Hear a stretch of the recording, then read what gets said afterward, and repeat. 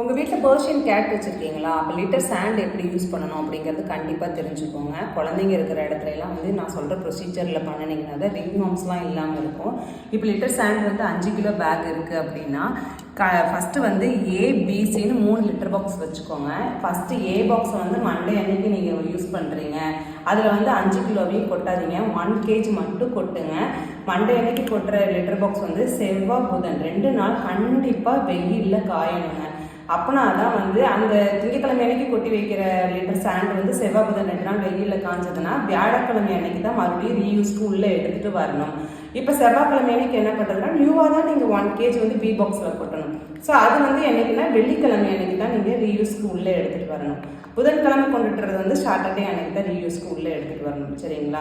So 5 கிலோவையும் ஒரே டைமில் கொட்டாதீங்க. இந்த மாதிரி வெயிலில் காய வச்சு எடுத்து யூஸ் பண்ணுறீங்க அப்படின்னா உங்கள் குழந்தைங்களுக்கு சேஃப்டியாக இருக்கும், ரிங் வார்ம்ஸ்லாம் இல்லாமல் இருக்கும். லிட்டர் சாண்டு வந்து ஒரு விரல் விட்டுற அளவுக்கு வந்து லிட்டர் சாண்டு இருக்கணும் அப்படின்னுலாம் வீடியோ பார்த்தெல்லாம் பண்ணாதீங்க. அதெல்லாம் ரொம்ப தப்பு. வெயிலில் காய கண்டிப்பாக வைக்கணும்.